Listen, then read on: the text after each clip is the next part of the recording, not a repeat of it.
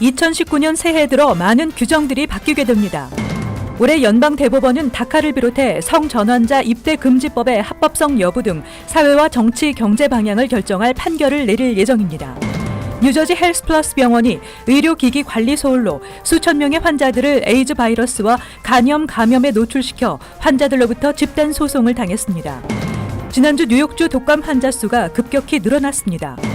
뉴욕주가 지난해 스몰 비즈니스에 대출한 자금이 1억 8,800만 달러 이상이라고 밝혔습니다. 이상은 이 시각 주요 뉴스입니다. 시청자 여러분 안녕하십니까? 2019년 새해 첫날 KBN 뉴스입니다. 저희 KBN 뉴스를 시청해 주신 여러분 진심으로 감사드리며 평안한 올 한 해 되시길 기원합니다. 먼저 뉴욕 총영사관 박효성 총영사 신년사 전해드립니다. 존경하는 동포 여러분, 기해는 새해를 맞이하여 간해의 만보이 기드시기를 기원합니다. 우리 미주 한인 동포들의 이민의 역사는 해를 거듭할수록 빛을 더하고 있습니다. 후발 이민 세대로서 열악한 여건에도 불구하고 한국인 특유의 투지와 근면, 성실을 토대로 모범적인 이민사회로 우뚝 섰습니다. 이민 1세대의 헌신적인 노고와 희생 덕분에 차세대 한인들은 정계, 학계, 법조계, 의료계, 언론, 문화, 예술, 경제, 금융을 비롯하여 다양한 전문 분야에서 두각을 나타내고 있습니다. 특히 지난해 11월 중간선거에서는 정치적 신장을 현실화함으로써 한인 동포 사이 저력과 발전 가능성을 당당하게 보여주셨습니다. 동포 여러분 정말 자랑스럽습니다. 잘 알고 계시다시피 한반도는 세계사적인 대전환의 국면을 맞이하고 있습니다.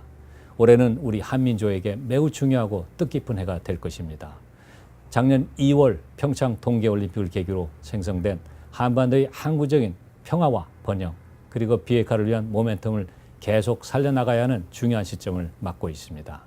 올해는 3.1운동과 대한민국 임시정부 수립 100주년이 되는 뜻깊은 해이기도 합니다.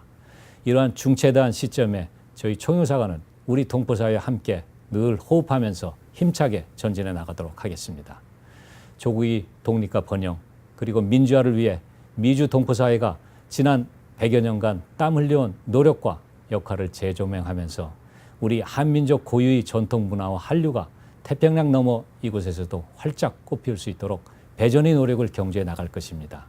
우리 한인 동포사의 미래인 차세대 한인들이 성장하고 고국과의 유대관계도 더욱 돈독하게 발전시켜 나갈 수 있도록 진력하겠습니다.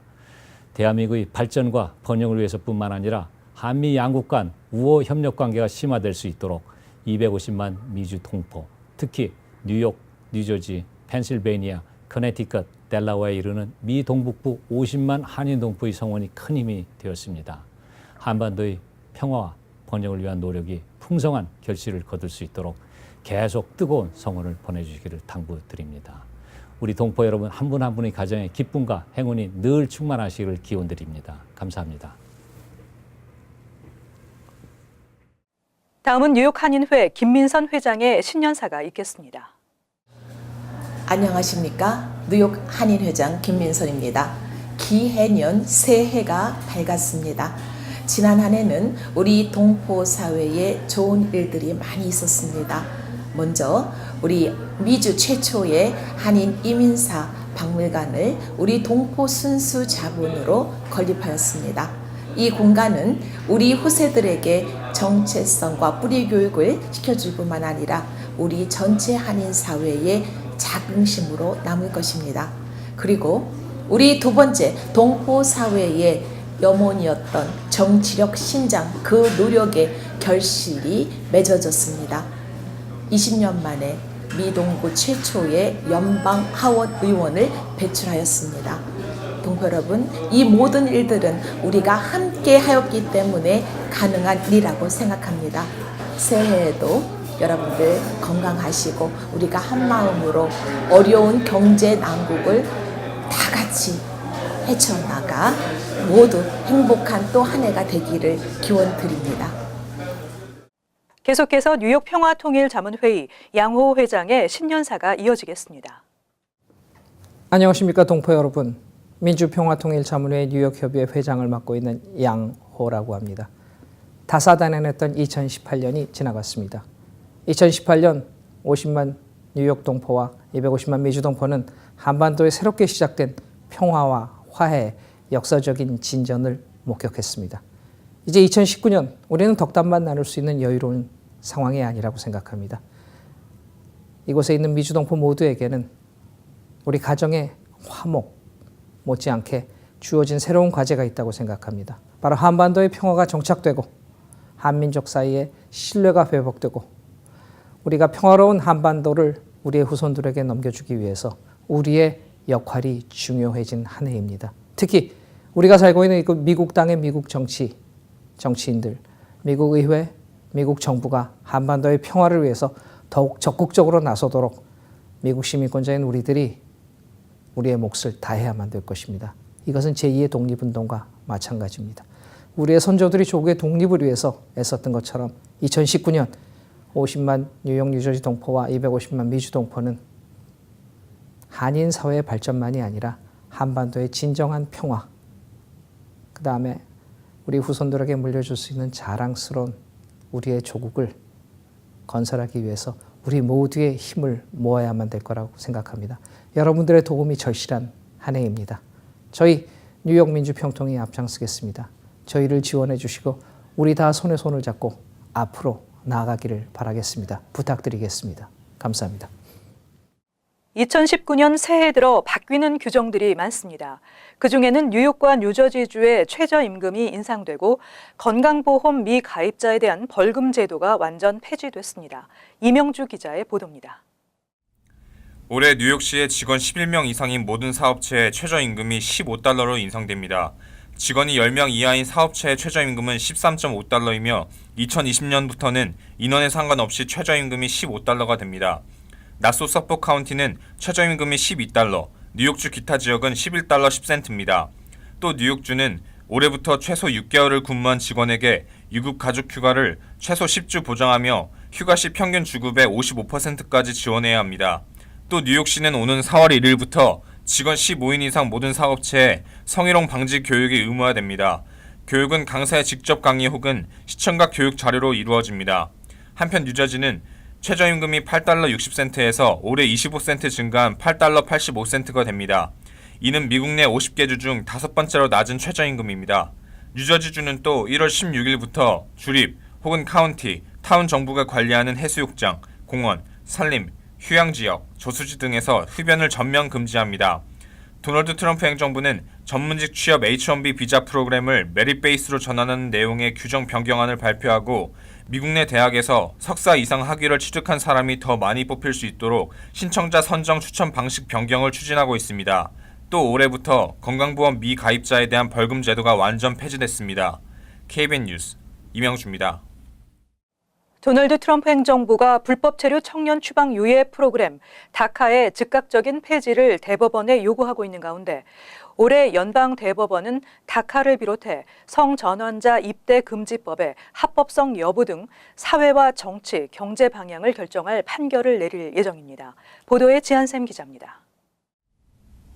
정치 전문지 더 힐은 올해 연방 대법원이 내릴 가장 중요한 판결 중 하나로 다카 프로그램을 꼽았습니다. 트럼프 대통령은 지난해 11월 5일 대법원의 다카 프로그램 합법성 여부를 상소법원을 거치지 않고 직접 심리해 빠른 시일 내에 결정해 줄 것을 요청했습니다. 성소수자와 관련된 판결도 주목됩니다. 트럼프 행정부는 지난해 11월 23일 성전환자의 군입대 금지 조치 시행과 관련해 연방 순회 항소법원을 건너뛰고 연방 대법원에 심리를 해달라는 긴급 청원서를 제출했습니다. 또한 연방 대법원은 선거구를 특정 정당에 유리하도록 확정하는 게리맨더링이 헌법에 위배되는지에 대한 심리를 진행 중입니다. 대법원의 판결은 빠르면 이번 주 나올 예정입니다. 2월 19일에는 연방 대법원이 내년에 실시되는 인구조사 설문의 시민권 보유 여부를 묻는 질문이 이민자들에 대한 차별을 조장하는지 여부에 대한 변론을 들을 예정입니다. 미국은 지난 1950년 이후 인구조사에서 시민권 보유 여부를 묻지 않았습니다. 연방 대법원은 또 스스로 얼마나 큰 권한을 가질 수 있을지를 두고 고민할 것으로 보입니다. 대법관들은 각 단체가 가진 모호한 법규의 해석과 이와 관련된 소송을 결정하는데 연방 대법원이 얼마나 많은 영향을 미칠 수 있는지를 두고 심리하기로 동의했습니다. KBN 뉴스 지한샘입니다. 뉴저지 주의회가 최저임금 15달러 인상을 강하게 추진하고 있는 가운데 이에 대한 부정적인 반응이 보이고 있습니다. 최근 뉴저지주 내 회계사 1,204명을 대상으로 설문조사를 실시한 결과 63%가 최저임금을 15달러까지 올리는 것에 대해 반대하는 것으로 나타났다고 회계사 그룹 NJCPA가 밝혔습니다. 최저임금을 15달러까지 올리는 것을 찬성한 이들은 32%에 그쳤습니다. 최저임금 15달러 인상을 반대하는 이유로는 전반적인 인건비 상승 부담이 발생하면 고용주들이 고용을 줄일 수 있어 경제에 부정적인 영향을 줄 수 있다는 것입니다. 특히 뉴저지 주민들은 이미 높은 세금 부담을 지고 있는데 최저임금의 급격한 상승은 생활비 부담 증가로 이어질 수 있다는 주장도 나오고 있습니다. 한편 최저임금 15달러 인상안은 필 머피 주지사와 주의회가 세부 절차를 놓고 다소 의견 차이를 보이고 있지만 15달러로 올리자는 데는 뜻을 같이 하고 있다는 점에서 내년 초 법안 처리 가능성은 무척 높은 상황입니다. 뉴저지 세들브룩의 헬스플러스 병원이 의료기기 관리 소홀로 수천 명의 환자들을 에이즈 바이러스와 감염에 노출시켜 무리를 빚고 있는 가운데 환자들로부터 집단 소송을 당했습니다. 뉴저지 보건국은 헬스플러스 병원이 올해 방문한 환자들에게 B형과 C형 간염, 에이즈 등의 감염 위험에 노출시켰다며 병원 폐쇄를 명령한 가운데 환자들이 지난 28일 뉴저지주 해켄색 법원에 이 병원의 부주의로 환자들이 정신적 육체적 피해를 입었다며 집단 소송을 제기했습니다. 소장에 따르면 병원의 나태함과 부주의함으로 인한 의료기기 관리 소홀로 환자들이 육체적인 고통뿐 아니라 불안과 두려움, 공포에 시달리고 있다고 주장했습니다. 병원 측의 담당 의료진들에 대한 감독 및 교육 소홀 역시 이번 문제를 야기한 주요 요소 중 하나라고 덧붙였습니다. 한편 해당 환자는 올해 1월 1일부터 9월 7일 사이 방문한 3,778명의 환자들로 지난주 간염과 HIV 바이러스 감염 검사를 받으라는 통보를 받고 충격을 받은 상태입니다. 지난주 뉴욕주 독감 환자 수가 급격히 늘어났습니다. 주정부는 독감 확산에 따라 예방접종을 권장하고 나섰습니다. 지난 주말 뉴욕 주지사실에 따르면 10월 독감 시즌이 시작되면서 뉴욕주 독감 확진은 5,400건으로 뉴욕주 62개 카운티 중 58개 카운티에서 독감 발생이 확인됐습니다. 뉴욕주 헬스 커넥터에 따르면 뉴욕주에서 독감이 제일 기승을 부리고 있는 지역은 뉴욕시로 지난주 확진 건수는 1,200건에 달했습니다. 퀸즈에서 발생한 독감 감염 건수는 403건, 맨하탄 154건, 나소 카운티 210건으로 집계됐습니다. 뉴욕주에서 지난 한 주간 독감으로 입원한 환자는 363명으로 그 전주에 비해 41% 증가했으며 확진 건수 역시 일주일 만에 72% 늘었습니다. 이번 시즌 들어 독감으로 입원한 환자 수는 1,305명에 달하며 독감에 걸린 아동 1명이 사망했습니다. 앤드루 쿠오모 주지사는 독감 시즌이 최고조에 달해 확진 입원 통계가 매일 늘어나고 있다며 아직 예방접종을 받지 않은 주민들은 지금이라도 빨리 맞아야 한다고 강조했습니다. 쿠오모 주지사는 올해 초 의사뿐 아니라 약사도 2세 이상에게 독감 예방접종을 할 수 있도록 긴급 행정명령을 선포하고 이를 주법으로 제정했습니다. 뉴욕시 보건국은 웹페이지에서 예방접종이 가능한 곳을 안내하고 있습니다. 뉴욕주가 지난해 스몰 비즈니스에 대출한 자금은 1억 8,800만 달러 이상이며 이 가운데 80% 이상이 소수의 여성 사업체에 돌아갔다고 밝혔습니다. 쿠오모 주지사는 2018년 주정부 융자 혜택을 입은 기업들로 인해 1억 5천만 달러 이상의 경제 효과가 발생했고 6천여 개의 일자리가 신규 창출됐으며 만여 개의 일자리가 유지됐다고 발표했습니다. 쿠오모 주지사는 또 927개의 비즈니스가 사업을 확장했으며 624개의 비즈니스가 새로 창업에 나섰다고 밝히고 스몰 비즈니스는 뉴욕주 경제 활성화의 필수적인 기초이며 누구나 필요로 하는 주정부의 지원과 자금 혜택을 받을 수 있어야 한다고 강조했습니다. 또 스몰 비즈니스에 대한 이러한 투자는 주 전역의 근로자들에게 일할 기회를 제공하는 것이며 소수의 여성, 사업체 융자 대출을 강화하는 것은 뉴욕 경제의 다양성을 제고하고 다가올 미래에 대비해 경쟁력을 키우는 것이라고 덧붙였습니다. 뉴욕주 개발공사의 재정 지원은 주로 전통적으로 자금 조달이 어려운 기업이나 비즈니스에 우선순위를 부여하고 있으며 창업과 지원 프로그램 등을 통해 멘토링이나 비즈니스 컨설팅은 물론 비즈니스 플랜 작성과 조달 사업 참여, 인큐베이터 입주 등 다양한 분야에 관해 가이드를 제공하고 있습니다. 이어서 간추린 소식입니다. 뉴욕주에서 유관순의 날 제정이 추진됩니다. 김민선 뉴욕 한인 회장은 올해 3.1절 100주년을 맞아 3월 1일을 뉴욕주 유관순의 날로 제정하는 결의안이 채택될 예정이라고 밝혔습니다. 결의안은 상하원에서 론킴, 토비앤 스타비스키 의원 등이 발의할 예정이며 채택은 1월 14일 뉴욕주 상하원 합동회의에서 이루어지게 됩니다. 맨하탄 연방지법이 연방정부의 셧다운 사태가 일단락될 때까지 모든 민사소송을 중단한다고 밝혔습니다. 이 같은 결정은 민사부 검사와 직원들의 강제 휴무로 업무 차질을 빚고 있는 민사부 제프리 수석검사의 요청에 따른 것으로 셧다운 사태를 마무리하고 대통령이 연방법무부의 예산안에 서명하는 날까지 민사소송은 중단한다고 밝혔습니다. 대한항공이 모바일 체크인, 웹 체크인, 키오스크 등 셀프 체크인 서비스 이용 대상을 대폭 확대합니다. 대한항공은 미국 등 비자가 필요한 국가로 여행하는 승객도 셀프 체크인이 가능하도록 시스템을 개선했다고 밝혔습니다. 따라서 B1, B2, F1, F2와 같은 종이 비자 소지자나 영주권 카드 소지자도 셀프 체크인 서비스를 이용할 수 있게 됐습니다. 브롱스 소방국은 브롱스 마블힐의 한 아파트에서 떨어진 전선에 대한 신고로 출동한 뒤 가스 냄새가 나는 것을 확인하고 건물을 수색하던 중 아파트 5층 2개 가구에서 마리화나를 재배하는 것을 발견해 경찰에 신고했습니다. NYPD는 재배되던 마리화나 100그루를 압류했으나 재배자가 누구인지는 확인하지 못해 체포된 사람은 없었으며 현재 수사 중입니다. 계속해서 환율과 증권 소식입니다.